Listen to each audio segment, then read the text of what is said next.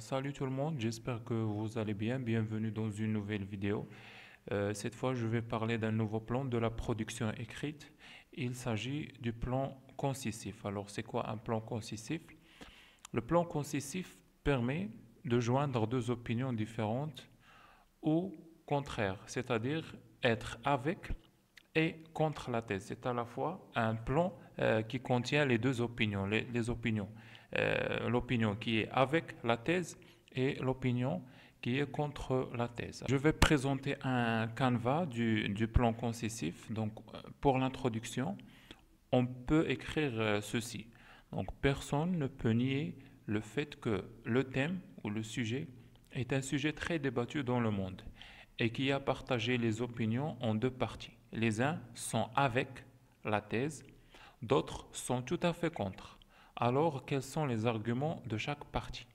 Alors ça, c'est l'introduction. Pour le développement est divisé en deux paragraphes. Donc dans le premier paragraphe, on cite les arguments qui sont pour la thèse et quant au deuxième paragraphe, il s'agit des arguments ou de l'opinion qui est contre. Donc on peut dire les personnes qui sont pour la thèse appuient leur opinion par plusieurs arguments. D'abord, argument 1, ensuite argument 2, enfin argument 3, et ainsi de suite.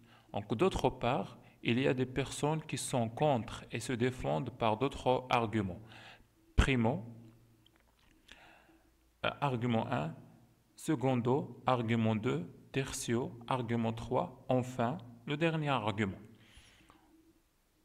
Donc on passe à la conclusion. Pour la conclusion, on peut dire, en guise de conclusion, il s'agit d'un sujet très controversé. Même s'il est vrai que les gens qui sont pour la thèse ou euh, qui sont pour la thèse ont des arguments logiques, on ne peut pas nier que les autres aussi ont des arguments convaincants. Personnellement, je tends vers l'opinion qui défend la thèse. Si nous sommes pour, on dit qui défend la thèse. Si nous sommes contre, on va dire qui défend l'antithèse. Alors ça, c'est notre propre opinion.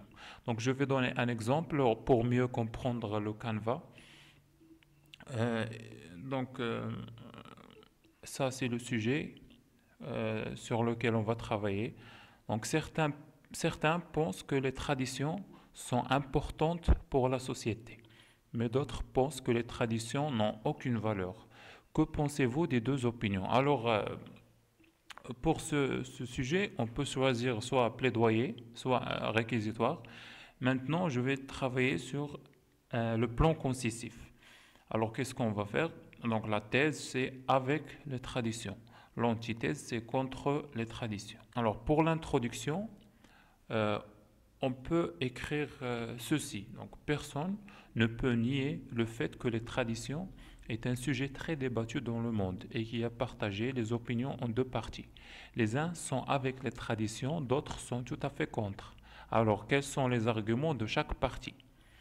Pour la première partie du développement, on va dire les personnes qui sont pour les traditions appuient leur opinion par plusieurs arguments. D'abord, premier argument, les traditions font partie de notre histoire. Ensuite, elles sont un magnifique trésor et héritage de nos ancêtres. Enfin, la société qui oublie ses traditions est une société ingrate et infidèle à son passé.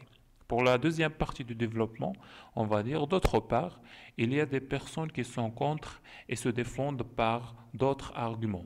Primo, les traditions sont dépassées et ne servent à rien.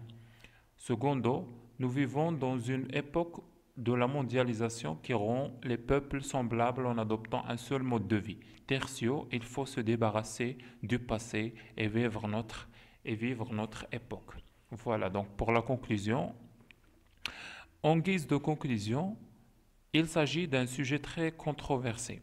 Même s'il est vrai que les gens qui sont pour les traditions ont des arguments logiques, on ne peut pas nier que les autres ont aussi des arguments convaincants. Personnellement, je tends vers l'opinion qui défend les traditions